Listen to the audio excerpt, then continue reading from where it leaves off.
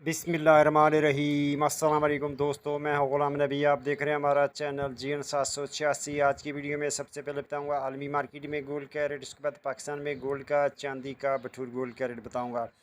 पहले बात करते हैं आलमी मार्केट की। आलमी मार्केट में इस वक्त जो गोल्ड का रेट है वो $3,273 फ़ी औंस पे मार्केट है और एक औंस का वज़न होता है 31 ग्राम 100 मिली।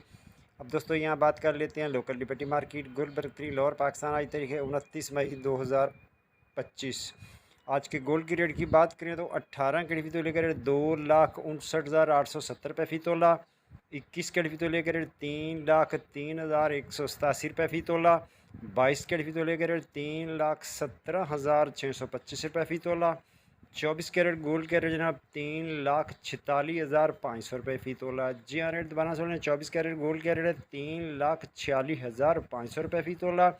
चांदी है 3,320 रुपये फ़ी तोला। बटूर गोल्ड का रेट है जनाब 3,42,500 में सेल है।